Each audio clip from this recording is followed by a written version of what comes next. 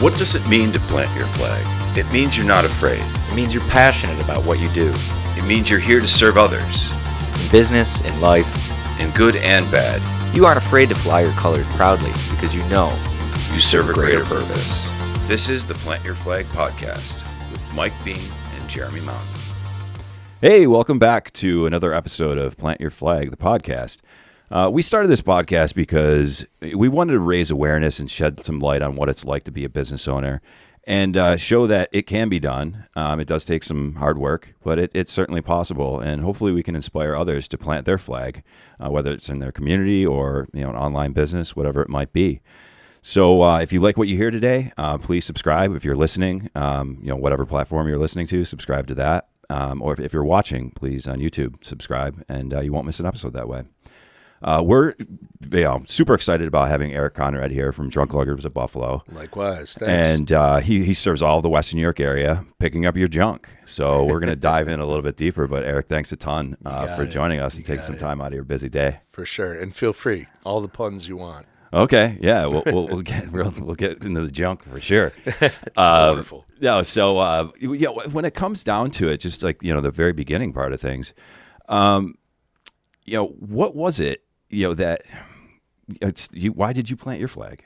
Sure. So I was a corporate America cut, if you will. So COVID happened. The company I was working for was kind of in the midst of a restructuring. They were purchased by a private equity firm. And generally speaking, when that happens, they come in, they right-size things. They look at salaries on paper, decide who's going to stay on the boat and who's going to be tossed ashore or tossed overboard, if you will. And COVID kind of accelerated that for them, and it was a perfect opportunity for them to kind of right-size things. And I was on the outside looking in and found myself in need of work. We went out looking for jobs at that point in time, and I would come home to my wife and say, interview went all right. I don't know if I'm feeling it, or they offered me the job, but substantially less than what I was making, and it became clear to me it was going to have a reset one way or another. I was going to work for a new company. I was going to earn a new salary, which wasn't exactly in line with what I'd been accustomed to. And in the back of my head, I had always wanted to open a business, and I looked into franchising. I met an individual that helped me discover a few different concepts, and this one really kind of stuck out to me.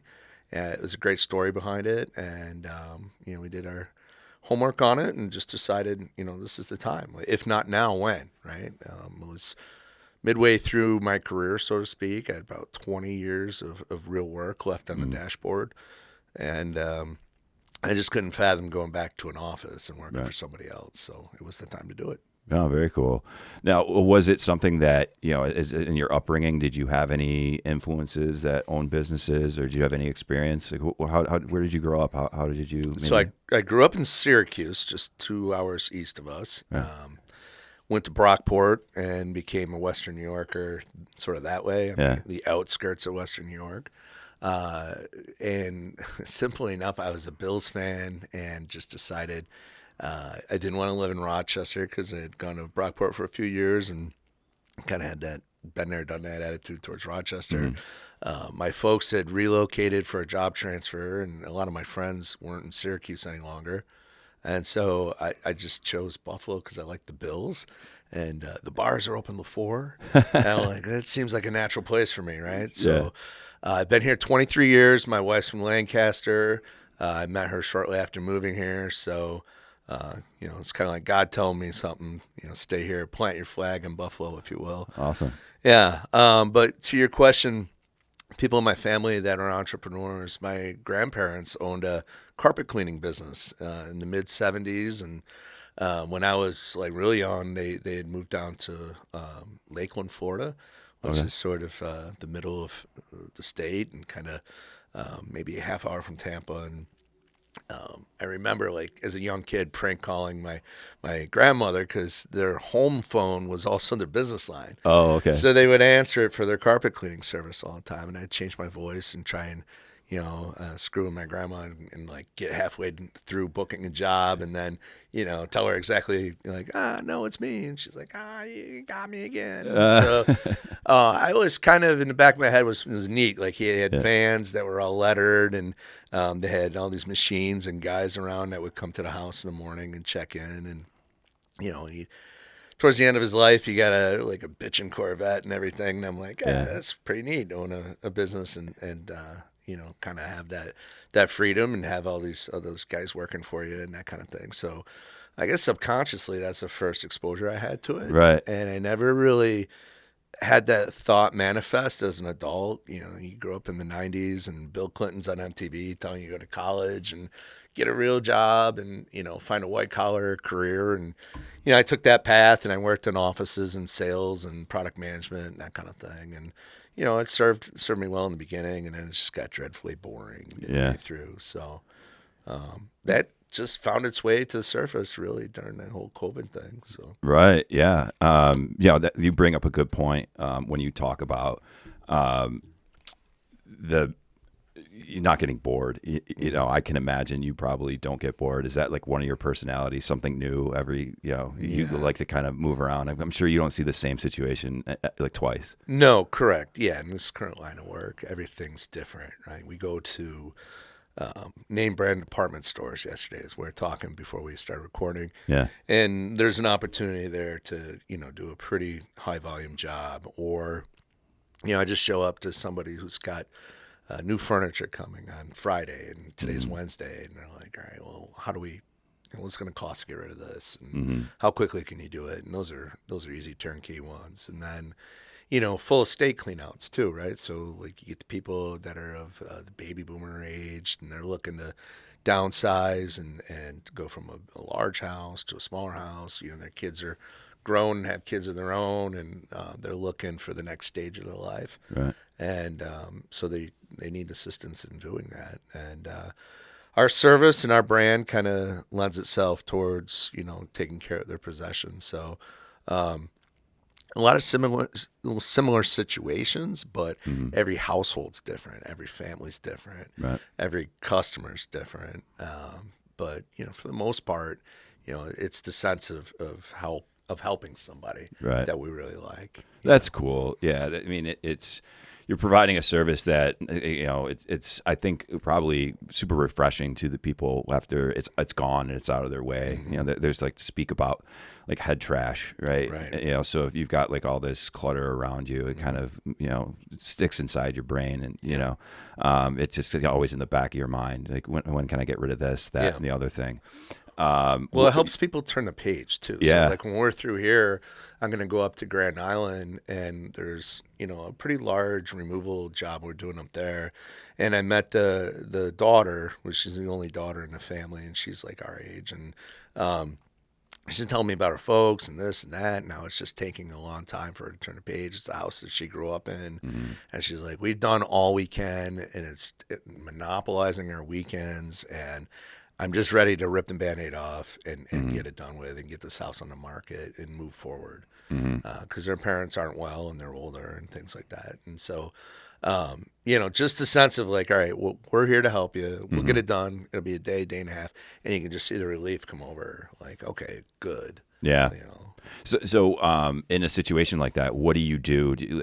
So there's just like get rid of it all? Or do they stand there and direct and say, you can take this, take this, take this? We have done both ways, really. We have people that like to quarterback or direct it and just say, yeah, this stays, this goes, or no, let me see that. No, I got to hold on to that, or my sister wanted that, or, things like that. But she's kind of, in this particular case, she's gotten to the point where they've taken everything they wanted, they've identified it, and then there's a lot of good furniture that just, isn't making the cut as an heirloom in their family. Right. And so we are one of those brands that works with, we're the only brand locally that works with charities. A lot of our competitors are out there flaunting that they have, eco-friendly principles and they're doing things in accordance with, being good stewards of the environment and so forth. But, we forged some really great partnerships with the two biggest charities here. So a lot of that furniture was going to get picked up from Habitat for Humanity once it makes its way to our warehouse. And then, we coach our team to look at housewares and things that are in the drawers and the tchotchkes and things that are in the basement, Christmas decorations and that kind of thing. Take it to the nearest Goodwill. Yeah. They're going to accept it. They're going to use that inventory for their proceeds. And, the customers love it. They like the fact that, hey, I've been looking at this stuff in the house for years. It was my mother's. I don't really want it, but I'm glad that somebody will get some use of it. So Right. Now, is that something that's always been a piece of your personality and your ethics, or was it something that was instilled to you by the franchise? It was really kind of the franchise. That's their go-to-market. But my personality and my just kind of demeanor is like, I want to help people, right? And I'm not just saying that because I'm here to promote my business or anything, but like I like to put people at ease, and that's the first thing, especially when you go on site and you're providing an estimate, and people are always kind of, they get their wall of defense up, like, oh, it's a contractor coming in here. Is this going to be expensive? Are they really going to show up? Are they really going to do the work? Am I going to have to keep after them? Or are they bringing a bunch of slobs in the house? And when you can go and give them a good presentation and reassure them that, you know what, we have some credibility to what we do. You look at our Google reviews, they're strong. My team is outfitted with uniforms. They're courteous. We're insured. My equipment is top notch. It's a real good, reassuring thing. And I think that I can bring the sense of confidence and relief to their situation just by having a smiling, caring demeanor and just keeping it loose and carefree. And, yeah, we can do that. Don't worry about it. I got your back. Everything will work out. And, because most times they're dealing with their parent stuff. Right. So, yeah, no, I can imagine that there's some trepidation going into it, and it seems like you do everything you can to, like you said, just get those walls to come down so they don't have that guard up. Yeah. They got to like you. Right. When you get in there, you got to make them like you first. Right. And it's like, all right, well, just be at ease. It's fine. Tell me what you got going on. Yeah. What are your concerns? Do you have a sibling that's not on board? Like that happens too. Yeah. So you got to find the person to kind of align with. I feel like that's a common theme or thread throughout business as a whole. Somebody once told me that people don't necessarily do business with businesses they like. They do business with people they like. Right. Even when you're talking like business to business transactions, there is a person on the other side. Well, maybe not for too long with AI, but there's somebody on the other side, of that conversation, or whether you meet them or not, making the decision. So it's still always a B2C kind of thing in some fashion. But you also have to carry that, that sentiment through to the people like you mentioned, that you've got employees, your team, your crew. They're dressed with uniforms. They're I would imagine, clean, at least at the beginning of the day, right? Right. Yeah. Because we'll get into some of the crazy stuff that you probably picked up a little bit. But how do you, what's kind of your management style? How do you, kind of treat your employees and retain them and all those kind of things? So my environment, and you guys have been over to my place, and I like everything bright and cheery. And so when I painted the place, I chose two colors. Well, the green is a trademark color, right? And it's similar to what you guys use, which is fun. Yeah. We just fight over it. We fought over a hard hat that one time. Yeah. We went to that silo thing. You got the green one. I was like, wait, I've had it longer. Right. Yeah. But I paid a handsome fee for that green, so yeah, right. I took it. Yeah, okay. I'll give you that this time. Yeah. You can have it next time. Okay, sounds fair. Yeah, that's because you're not in the group anymore. But I'll buy you some socks. Are you one of those hipsters that likes the funky socks? Yeah, right? I do. Yeah. Okay. Yeah. All right. So today Christmas I got gray on, but gray. Yeah. Well, you're in the office. Yeah, that's right. So, anyways, the colors, good. Purple, yellow, kind of like the Lakers colors. But when I actually picked out the cards at Home Depot, shout out, it was smiley face yellow and Mardi Gras was the purple. And that's exactly what I want. I want people to smile. Right. I want people to be festive and then enjoy what they do, because some of the work we do is challenging. It takes a lot of physical exertion.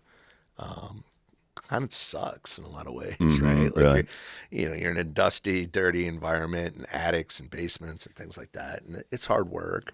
And when you show up, you get a sense. Even me personally, I still do jobs here and there. I did one on Saturday.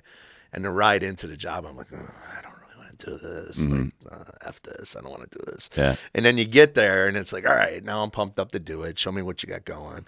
Then midway through it, you get this sense of like, all right, we're accomplishing something. And then when it's said and done, you're like, it wasn't so bad. Right. So my management style really is just, okay, guys, like, come on in, be cool, be happy, get along with one another, and treat the customer with some respect and smile. Right. And like be happy to be there to help them. Yes, Mrs. Walker. No, Mrs. Walker. Let me help you with that. And it goes a long way, and the whole thing is just like, if you just take care of the customer's happy. The customer's happy. The internet's happy. The internet's happy. The entrepreneur's happy. It all just kind of works. Right. So. Yeah. And how many years has it been now? I've been in business 3 years. We opened our doors in July of 21. So just a few weeks ago, we celebrated our 3rd year. We've tripled our equipment, and I've tripled my head count. I wish the revenue would triple, though. That's a tough one. Yeah, right. That's the one thing but it's climbing steadily. Yeah. For sure. The community's been supportive. We'll do jobs as south as Lakeview and as north as Lewiston. So we get all over Western New York. It's a fun kind of way to make a living for sure. You get a lot of secondhand treasure. You get an opportunity to help people and really support great charities too. So it's neat. That is cool. It's got to feel really good. Now, when you 3 years ago when you first started out, how do you feel like, you said that the business has tripled, the equipment has tripled, that going through all of that, it's not an easy task. And that is a pretty fast pace. Melatonin. Yeah. Sleep well, make sure you get the good sleep. Yeah. Like when you first started things, who were you then and like, who are you now? Is there a big difference in how you kind of see the world? On the outside, there's probably not a huge difference. I kind of like to keep my personality the same. But on the inside, you can't help but grow, right? Going through this, being an entrepreneur, you start to realize the gravity of situations, and there's no safety net anymore. And it's like, all right, this better freaking work, right. And if it doesn't, I don't want to think about it. So that gives you a lot of push and drive and energy, and you're always finding your angle, which is new, right? Like I used to. Like kind of decompress going home at 5 o'clock when I left the office, like when I worked for somebody else. And I was glad to be home, and I'd get into, projects around the house and, start thinking about my free time and like, what ball game do I want to go to? What concert's coming through? I don't do that as much anymore. Now I'm thinking like, all right, like who's working out? Who's not working out? Should I pay this individual a little bit more? Have they earned it? What are we doing that we can tighten down on? What can we get better at?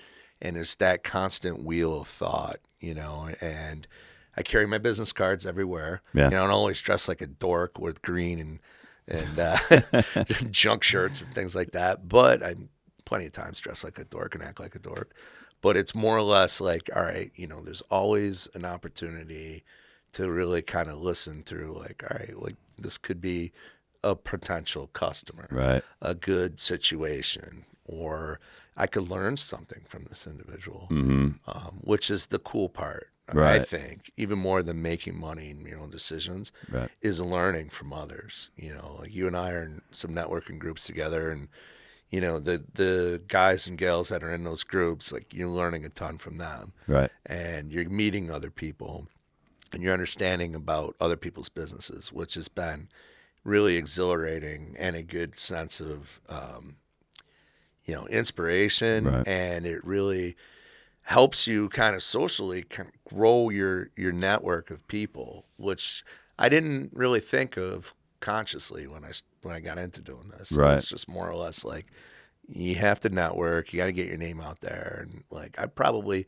would cringe at my first few elevator pitches and network attendance, because you can't help but like, all right, I'm here to promote, like find my angle. And then after you do it for like a year or so, maybe this is how you felt when you started doing it.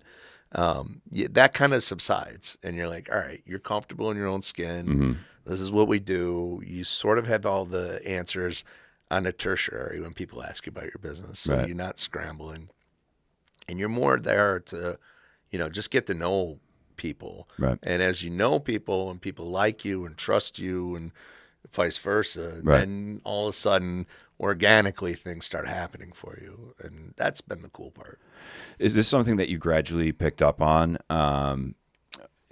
Or did you have like a mentor? I think you might have mentioned that somebody kind of helped you through like picking which franchise to go with. Yeah. So the picking of a franchise actually was through a brokerage. There's a gentleman in Western New York, many guys and girls probably know John Adams. He's like 6'10". He's got a deep voice. He has a company called FranNet. And so I went on this webinar when I got laid off, and it was like, brush up your resume, your LinkedIn profile needs this, and that, and like all this stuff you kind of already know, but they remind you of it. And then they had this webinar on franchising, and I said, well, that's interesting, because in these boring moments in my cubicle, I would Google like top 50 affordable franchises in the United States. I knew somewhere inside I wanted to own a business, but I didn't have any ideas. Right. It's like, And so franchising is kind of cool because there's a concept, there's a brand, there's a network, there's a community, there's an idea that's proven. Right. And so, I went on this webinar with John, and I ended up meeting him locally after the webinar, and we did some battery tests, like, Right. tell me about your business acumen and your personality and your education, your background. And then they would pair these different concepts up with you, as candidates for you. And so, there were maybe 4 or 5 that were finalists, but this one had a great story, and I won't get real deep into it, but it was started by a college kid, and it had been nearly 20 years in existence, and it was a big tri-state area brand. So think of, he was actually, it's still located in Connecticut and headquartered in Connecticut, but they had gotten into New York City in the 5 boroughs, and Long Island, Philadelphia, Northern Jersey. So that whole area had really made a name for itself. And then they went on this recruiting spree nationally, and I got caught up in that first wave, and I bought the Buffalo franchise. And they had, they sold from Seattle to San Diego and across Texas and the Midwest and Florida and up and down the coast. And so I think we got over 82 franchises at this point, and we're all kind of in that same stage. But in terms of influence and getting to your point about planting your flag, I've had a friend locally that ice cream has been his family business for a long time. And so I got to meet John, and he was giving me these franchise concepts. And, I think over a beer after softball one night, I was like, yeah, I'm looking into this. You'll never believe it. It's junk removal. And Yeah. it's like, what, are you kidding me? So, instantly you start thinking like Sanford and Son, and like, like you're going to pile a bunch of crap in the back of a pickup truck or buy trailers. And I'm like, nah, it's a little more professional than that. I kind of looked into it. Let me show you this YouTube video. And he's just like, yeah, man, you should do it. Yeah. And I'm like, really? He's like, yeah. He's like, you'll love being your own boss, And I'm like, huh, okay, all right. So it was like kind of, that set the ball in motion for me. Right. We didn't dwell on it a whole lot that night, but I started thinking a lot more and more about it seriously. Yeah. And then when it came time to sign your name on the dotted line and cut a fat check, it got really real. Yeah, I can imagine. Yeah. So. Yeah. No, and then just kind of keeping that steam rolling, that's important. Do you have anybody who you kind of speak with on a regular basis? Because like I said, a lot of the stuff that you mentioned to me about, always having the wheels turning and thinking about it. It's really a 24/7 job. Sure. Even though you are your own boss, and you do have some certain perks that you can do schedule wise, but sometimes it's the other way around. Yeah. Where you kind of, your clients become your bosses and things like that. Do you have a sounding board or anybody who you bounce things off of? Several, really. So in-house, I have a great key employee, and he's babysitting, if you will, while I'm here doing this, or I'm out doing estimates or networking or going to sales seminars or something like that. So I kind of handle the growth from the sales and marketing standpoint, and he handles the blocking and tackling. This truck's going in this direction. This truck's going in another direction. This crew's going to look like this. This crew's going to look like that. This is a sequence of where we're going to do things. And he thinks differently than I do. And we support one another from, I guess, a style standpoint. Yeah. So that's great to have that in-house. Sounding boards, mentors. So Paul, our friend Paul Chisholm, Right. has been really helpful.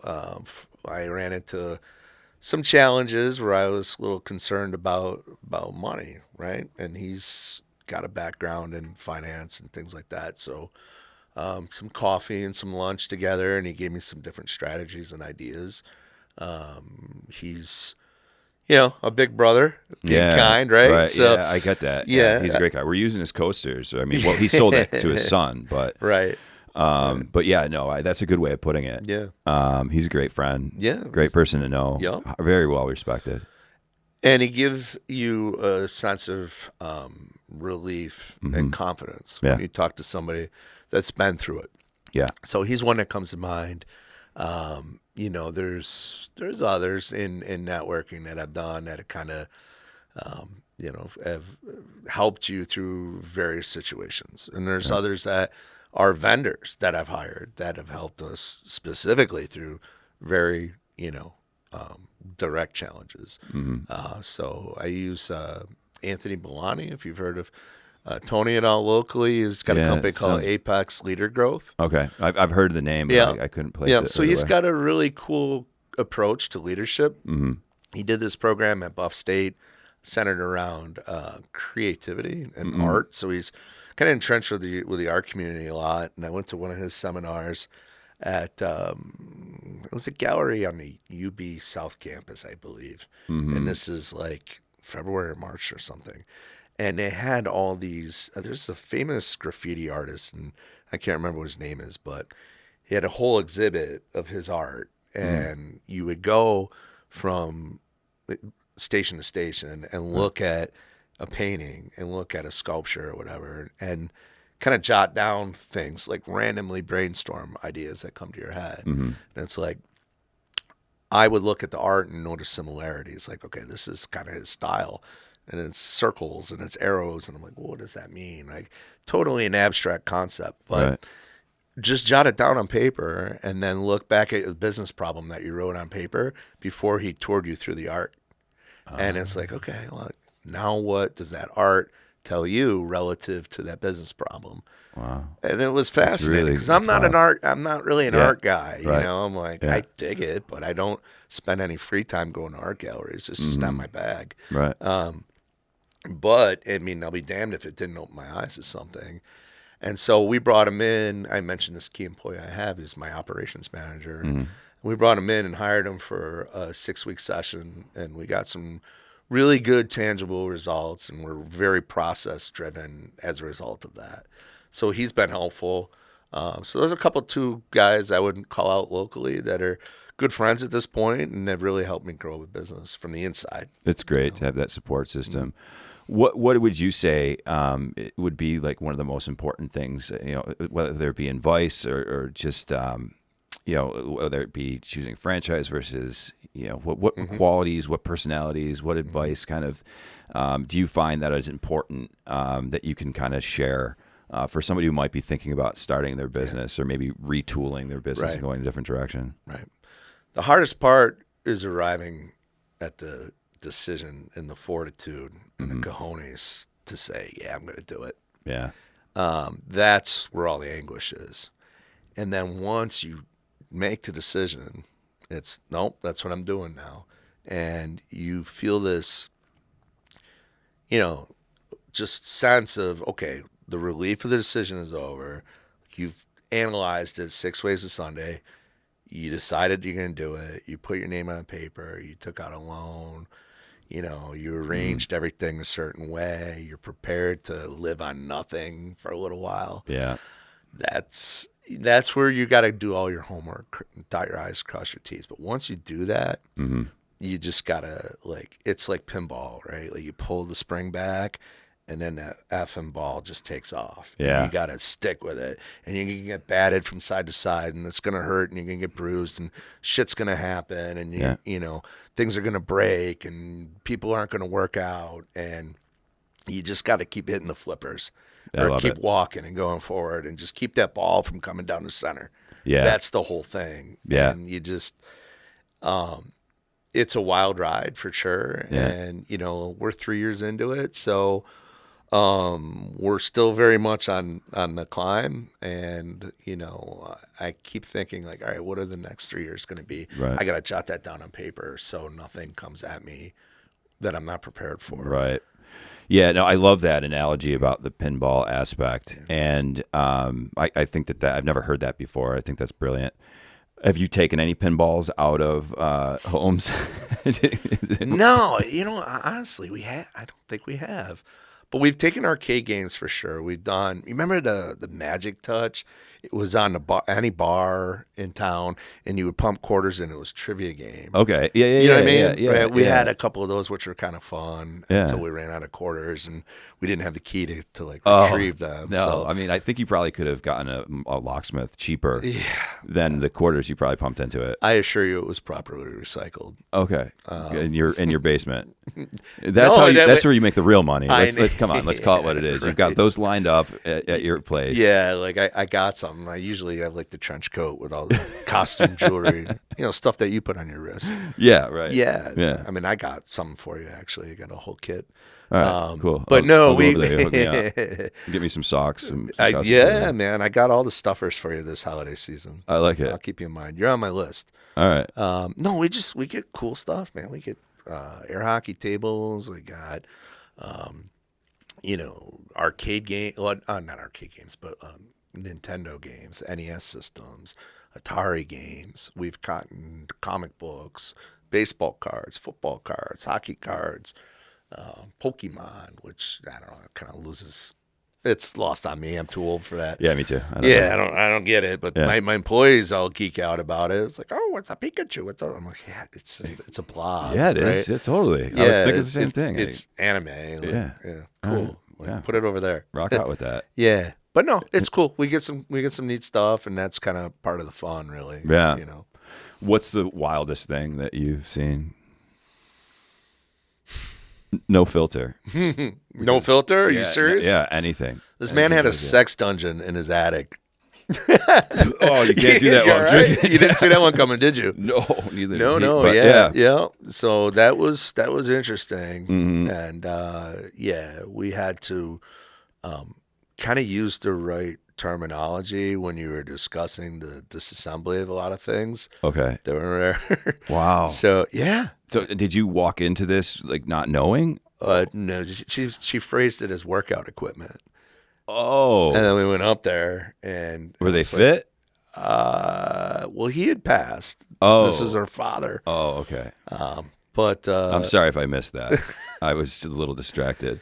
But yeah, that's I mean, you would certainly- have to be fit to be able to utilize some of these contraptions. Oh my God. You said no filter. No, it's cool. Yeah, I right on. mean, so you see it all. No, I've seen it all, brother. I've seen it all. You know, what people keep in their nightstands. Yeah, Could've- I could be an imagine. issue. Wow. Yeah. No, that's wild. Uh-huh. Yeah. So let me just kind of regroup here for a second. Yeah, you can be all right. Yeah, I'll be all right. You're flush. Well, yeah, it tends to happen from time to time. Yeah. So because I got to clean out my attic now. So like, Now you know. Yeah, now I Like when know. your time 'Cause comes, if I go, somebody shoot. else is going to discover it. Yeah. And it's probably your next of kin, and yeah, right. that could be kind of awkward. Yeah, the dogs would really look on me differently. So, other than that, the things that you do that are a little bit different. You talked about the eco-friendly aspect of it. Kind of the altruistic kind of nature of the organization. You also were, mentioning that you partner with some great charities and things like that. Habitat and so on and so forth. What else kind of sets you apart, and what would you like people to know about Junkluggers that really I think is maybe near and dear to your heart? Yeah, good question. So the means for which we discard your items, you've covered very nicely. We do have partnerships with the local charities, Goodwill, Habitat. which is fantastic. They refer us. We really kind of pride ourselves in being helpful to people. When our team's on site, we're there to assist you and not necessarily get everything. I mean, of course, we want to be efficient, but we're not trying to be hasty. When we're on site, we're contracted to help you with a project in most cases. And with that, you should be able to ask us questions, kind of get our take on the best way to handle things, or, who might be interested in some of these items, or whether or not they're worth anything. Because that's the one thing that people kind of really spend a lot of time getting attached to things that have been in their family or have been their possessions for a long time. They think that everything has some sort of value. Pardon me. And I'll make it. Yeah. Oftentimes, Yeah. it doesn't, right? Right. Yeah, and that's, sometimes it's junk, right? And you got to lug it out. You got to lug it out. So if somebody, as we've established, there's pretty much there's not much you won't take.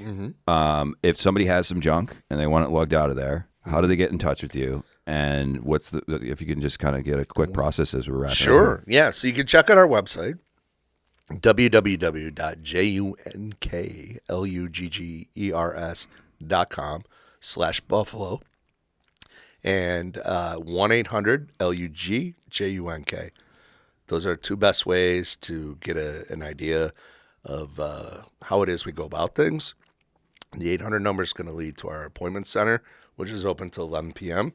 So you can feel free to call from 8 to 11, and the wonderful appointment center associates can answer any and all questions you've got. You can follow us on Facebook. That's another good one. Junkluggers of Buffalo. And, you can find me on social media as well. I'm on both LinkedIn and Facebook. So awesome. You got the bases covered. Yeah. Eric, this has been awesome. Yeah, a likewise. lot of fun. I'm glad that we got you in here. And to everyone out there, we hope you enjoyed it. Like I said in the beginning, if you like what you saw, please don't be shy. Subscribe, and we'll have another episode for you coming soon. So thanks again, Eric. Thanks, Mike. Appreciate it. It's a lot of fun. Take care. Yeah. That's a great way to start it. That's very funny, actually. Welcome back to Plant Your Flag. Come up from below.